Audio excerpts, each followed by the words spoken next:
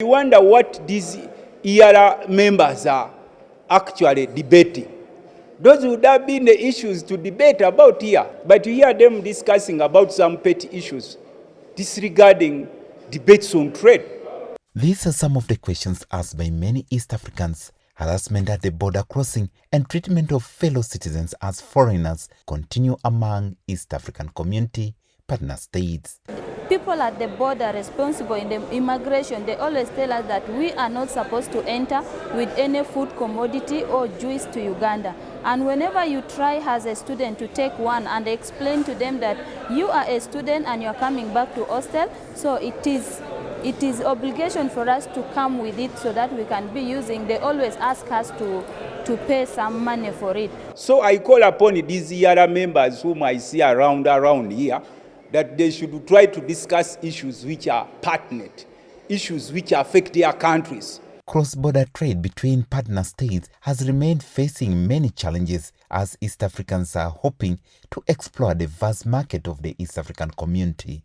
There used to be some collaboration of some officials where they would under-declare the consignment amount, and this delayed with the verification and the rest. So those have been harmonized and ironed. So the traders from South Sudan and Uganda are now moving smoothly with their goods, and we continue to follow and monitor this. But sometimes there are officers which really harass some of these traders and make them to pay more than what they're supposed to pay, and this will incur extra prices on the consumer. Although the Regional Assembly has been battling to create a humble ground for the East Africans, that effort is not visual to the citizens. Some countries do not honor our EAC cooperation, so they keep asking citizens to either give their visa, and yet when you're a cooperating member, that's an area that you sign. And as a people representative, as people who really care about our citizens, also we are calling upon the government, we are calling upon the people who are responsible, the executive, that let this petition really see the light, because this is one of the reason why East Africa community is there. Honorable Hoda Jeremiah, she says this topic has been the center of discussion during her tenure in the East African Legislative Assembly. Also, they have asked that if there is a committee which can be formulated between these countries so that they really work on solving these issues.